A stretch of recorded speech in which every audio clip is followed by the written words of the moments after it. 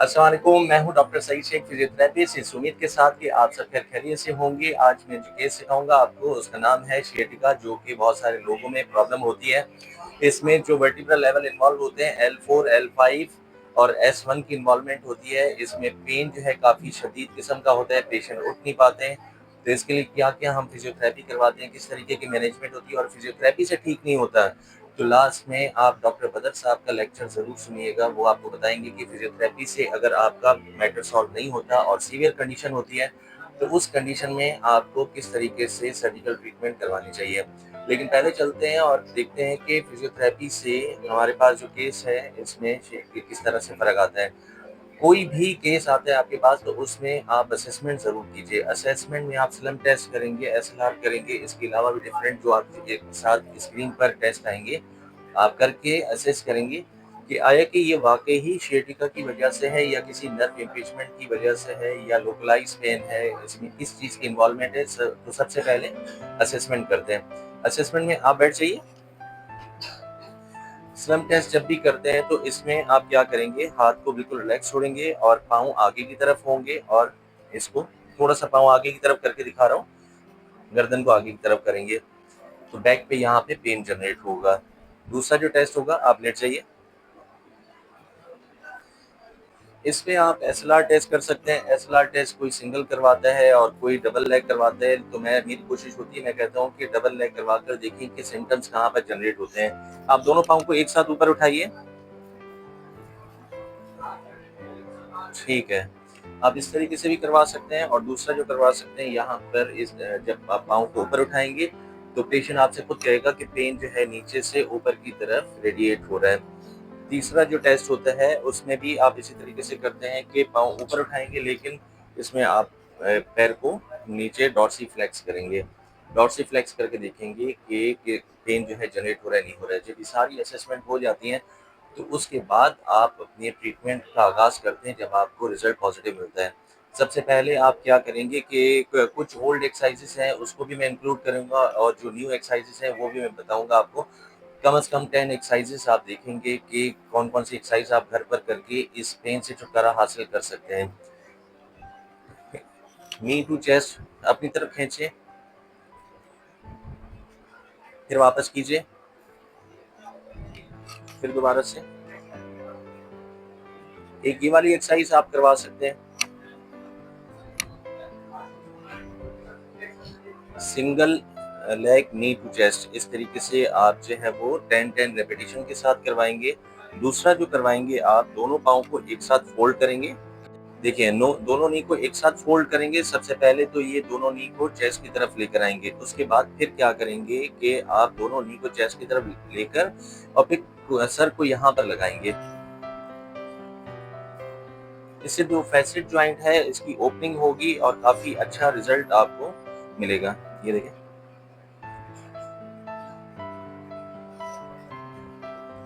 इसके बाद आप ग्लूटियल मसल की स्ट्रेचिंग करवाएंगे। ग्लूटियल मसल की स्ट्रेचिंग और पायरिफॉर्मिस मसल की स्ट्रेचिंग, दोनों में हमेशा कंफ्यूजन रहती है कि आप कब ग्लूटियल मसल की स्ट्रेचिंग करवा रहे हैं और कब पायरिफॉर्मिस की स्ट्रेचिंग करवा रहे हैं। इससे काफ़ी पेशेंट को रिलैक्स मिलेगा। सबसे पहले आप देखें, ये ग्लूटियल मसल की स्ट्रेचिंग आपने करवाई, 10 सेकंड तक होल्ड किया। अच्छा, स्ट्रेचिंग करवाने का जो पर्पस होता है वो यही होता है कि आप उसको होल्ड करके रखें। अगर मैं इसको फौरन से छोड़ देता हूँ तो ये स्ट्रेचिंग नहीं हुई, ये एक रेंज ऑफ मोशन बस मूवमेंट हुई।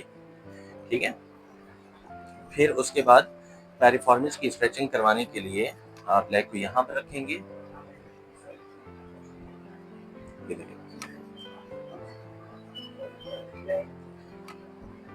ये वाली कंप्लीट एक्सरसाइज होगी। अब इसके बाद फिर क्या करेंगे, पेशेंट से हम कहेंगे कि करवट में लेट जाइए। आप करवट में लिटाकर ऐसा ही ज्वाइंट की मोबिलाइजेशन करवाएंगे। यहाँ से आपने एक हैंड होल्ड किया, यहाँ से एंटीरियर सुपीरियर लेग स्पाइन, दूसरा स्टेबुलम। ये देखिए, ऐसा ही ज्वाइंट की मोबिलाइजेशन करवाएंगे।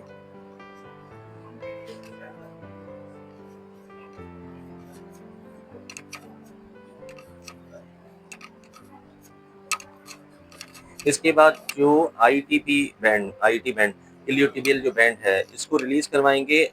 पाँव को जो है अपने घुटने के नीचे तक रखेंगे और यहाँ से आप इनका जो नी है वो स्ट्रेट होगा पेशेंट का। अब देखें, इल्योटिबियल बैंड को आप रिलैक्स करवाने के बाद इसी साइड लाइन पोजीशन में जो अफेक्टेड लिम्ब है इसको ऊपर रखेंगे और नीचे आप जो है L4 L5 लेवल पर कोई कुशन रख सकते हैं, लेकिन मेरे पास ये गोल है तो इसको आप उसी L4 L5 लेवल पे प्रेस करेंगे। ये देखिए, दोनों हाथों को आप क्या करेंगे कि ऊपर की तरफ करेंगे ऐसे, और यहाँ से आप स्ट्रेच करेंगे।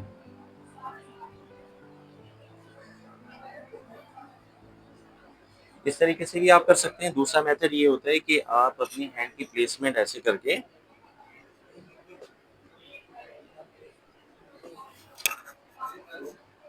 इस तरह से रिलैक्स करेंगे। थोड़ा सा आपने मोबिलाइज किया, उसके बाद फिर आप रिलैक्स करेंगे।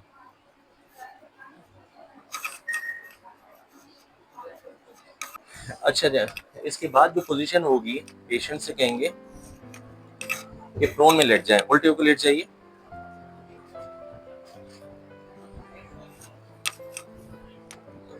उल्टा लिटाकर आप जो है इनके थोरेसिक लेवल को रिलैक्स करेंगे।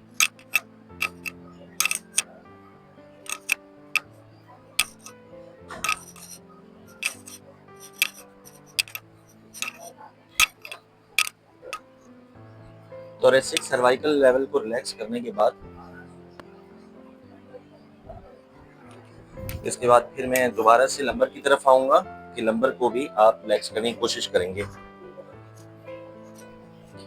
ये देखिए, आप स्किन जो है ना, स्किन में बता रहा हूँ आपको, यहाँ से भी पुल करके ऊपर की तरफ उठाएंगे।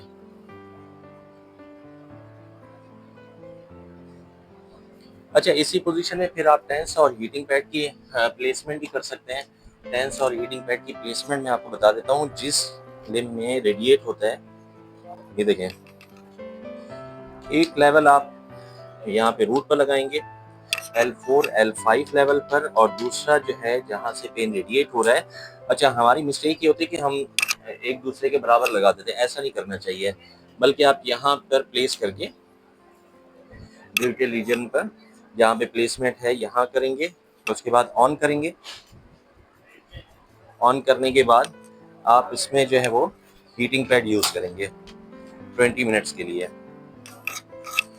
इसके ऊपर आप कोई भी जो है एंकल वेट रख सकते हैं ताकि जो है वो यहाँ से कंप्रेस होता रहे। तो ये मैंने प्लेसमेंट आपको बता दी कि टेंस और हीटिंग पैड की जो प्लेसमेंट होगी 20 मिनट्स के लिए वो किस तरह रखी जाएगी। जब भी इस तरह का पेन हो, अपना विटामिन B12, अपना जो है वो vitamin D level, calcium level, ये ज़रूर चेक करवाएं। हो सकता है कि विटामिन B12 लेवल कम हो, तो उसकी वजह से आप क्या करेंगे, न्यूरोबेन की इंजेक्शन लगवाएंगे। न्यूरोमेड 500 mcg जो स्क्रीन पर आप टेबलेट देख रहे होंगे, ये आ रही है, तो वो आप यूज़ कर सकते हैं डेली एक। न्यूरोबेन की मार्क कंपनी की जो मेडिसिन है वो यूज़ कर सकते हैं डेली एक। मिथिकोबाल यूज़ कर सकते हैं, मिकोबालमिन यूज़ कर सकते हैं। उसके अलावा जो है वो विटामिन डी लेवल कम है तो सनी डी, एंड्रॉप, उसके अलावा जो है OPD, ये 2 लैक IU के साथ आप यूज़ कर सकते हैं। उसके अलावा ऑस्नेट डी का आप यूज़ कर सकते हैं डेली एक मेडिसिन का। पैड के 20 मिनट्स कंप्लीट हो चुके हैं। अब हम टेंस और हीटिंग पैड को रिमूव करवाएंगे। उसके बाद सिटिंग में मैं आपको बताऊंगा कि सिटिंग में किस तरीके से हम एक्सरसाइज करवाते हैं।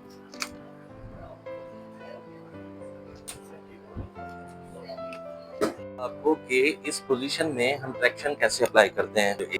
जिस लिम्ब में पेन होगा उसको आप 15 डिग्री तक जो है एबडक्शन में लेकर जाएंगे और अपनी तरफ खींचने की कोशिश करेंगे यहाँ पर। इसको हम कहते हैं मैनुअल ट्रैक्शन। मैनुअल ट्रैक्शन आप अप्लाई करेंगे 15 सेकंड तक इसको होल्ड करके रखेंगे। 15 सेकंड तक जब आप होल्ड करके रखेंगे उसके बाद रिलैक्स करेंगे, फिर वापस होंगे। ये आप 5 जो है वो टाइम्स करेंगे इसको। ये देखिए, ट्रैक्शन अप्लाई करने से जो नर्व अंदर दबी हुई है वो निकलेगी। अब इसके बाद मैं आपको सिटिंग पोजीशन बताता हूँ कि सिटिंग में कौन सी हम एक्सरसाइज करवा सकते हैं। आ जाइए। सारी मैंने आपको एक्सरसाइज बताई कि लाइंग पोजीशन में, सुपाइन पोजीशन में, इसके अलावा प्रोन पोजीशन में कौन सी एक्सरसाइज करवाते हैं। अब सिटिंग पोजीशन में मैं आपको बताता हूँ कि सिटिंग पोजीशन में क्या करेंगे। एक पाँव को ऊपर रखिए, जो अफेक्टेड लिम्ब है उसको हम ऊपर रखेंगे।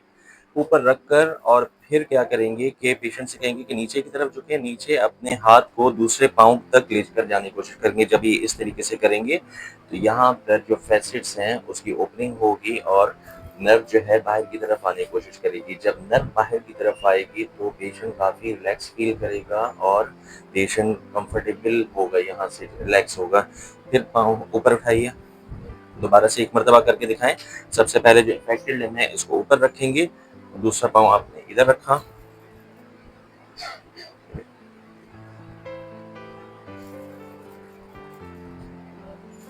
ठीक है। एक और एक्सरसाइज मैं आपको बताता हूँ कि लाइंग पोजीशन में और कौन सी एक्सरसाइज हम कर सकते हैं। थोड़ा सा और ऊपर हो जाइए आप, और ऊपर और ऊपर और ऊपर हो जाए, बस ठीक है। दोनों पाँव हाथों को इस तरीके से आप होल्ड करेंगे और मैं इनको नीचे की तरफ पुश करने की कोशिश करूंगा। ये देखिए ऑसिलेशन मैं दूंगा यहाँ से, तो इससे भी काफी अच्छी इनको रिलैक्सेशन फील होगी। अब आप सुपाइन पोजीशन में उधर लेट जाइए। मैं क्या करूंगा कि दोनों लेग को ऐसे होल्ड करके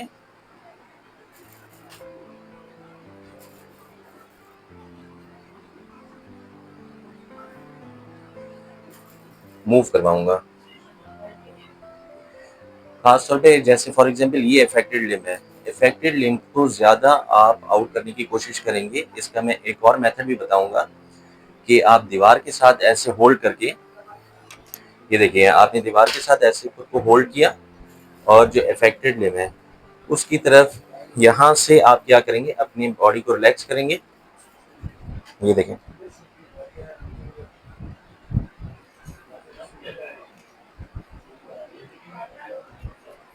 इस तरह भी आप कर सकते हैं, या दूसरा मेथड ये जो सबसे सेफ मेथड होता है कि आप जो है लेकर जाएंगे इधर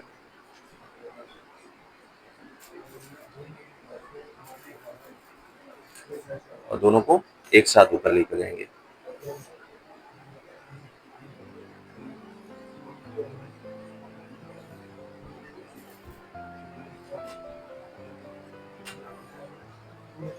इसके बाद साइड लाइन में एक स्ट्रेचिंग में बताऊंगा कि जो जिससे पेशेंट को काफ़ी रिलैक्स फील होता है। आप यहाँ से होल्ड करेंगे या पेशेंट से कहेंगे कि अपने हाथ को इधर लेकर जाएं और ये इफेक्टेड लिम्ब है। इफेक्टेड लिम्ब के आप जो है वो अपोजिट साइड पर यहाँ पर लेग पर रखेंगे अपना दूसरा पाँव और इसको स्ट्रेच करेंगे।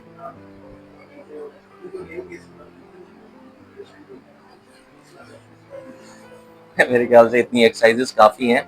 आप ये सारी एक्सरसाइजेस घर में कीजिए और मुझे बताइएगा कि आपको इससे कितना अच्छा रिलैक्स मिलता है। अगर आपको पेन शदीद किस्म का हो रहा है तो उसमें ट्रॉमाल आप यूज़ कर सकते हैं, ट्रेमाडोल यूज़ कर सकते हैं, रोटेक यूज़ कर सकते हैं, ज़ी-गैप यूज़ कर सकते हैं, लेकिन डॉक्टर के मशवरे से न्यूरोल फोर्ट यूज़ कर सकते हैं, नाइस यूज़ कर सकते हैं, डिसल्जेसिक यूज़ कर सकते हैं, पेन विद मसल रिलैक्सेंट ये यूज़ कर सकते हैं। अब बाकी सुनिए आप डॉक्टर बदर साहब की ज़बानी और फिर देखें कि वो क्या कहते हैं। यंग मेल था, सिंपल किसी फैक्ट्री वगैरह में काम करते थे, तो उनकी और कोई एक्टिव इश्यूज नहीं थे। उनको जस्ट काम जब ज़्यादा करते थे तो कमर में हल्का फुल्का दर्द होता था।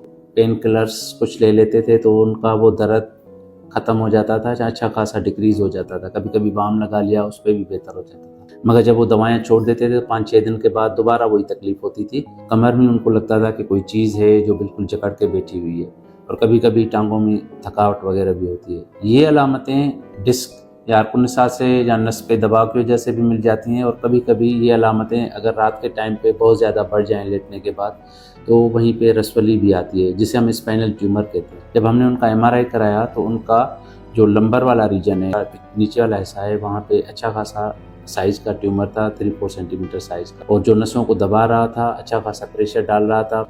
डिटेल वर्कअप के बाद उनको पूरा समझाने के बाद वो विलिंग हुए सर्जरी करवाने के लिए, और अल्हम्दुलिल्लाह उनकी सर्जरी हो गई और ग्रास टोटल उनका ट्यूमर निकल गया। नो ही इज़ फाइन और अपना काम सही कर रहे हैं, और no he doing his duty without any neurological deficit या कोई इशू के बगैर। तो अभी हमने रिपीट एमआरआई भी कराया था तो उस पर भी पूरा ग्रास टोटली निकला हुआ था। तो अगर इस तरह की लीजन, इस तरह के मसले सीटी स्कैन एमआरआई पे कभी भी पिक हो जाए तो उसका अगर बर वक्त इलाज किया जाए तो पेशेंट को इन बीमारियों से निजात मिल जाता है।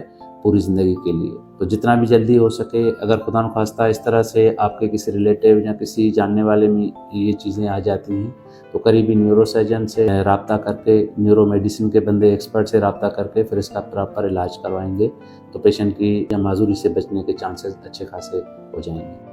जैसा कि आपने डॉक्टर बदर साहब की ज़बानी सुना कि अगर फिजियोथेरेपी से इफेक्ट नहीं होता तो आप, अगर सीवियर कंडीशन है आपकी, तो फिर आप सर्जरी की तरफ जाएं। दोनों आपके पास ऑप्शन मौजूद हैं। उम्मीद करता हूँ वीडियो आपको अच्छी लगी होगी। मेरे वीडियो को लाइक करें, शेयर करें, सब्सक्राइब करें। अल्लाह हाफिज़।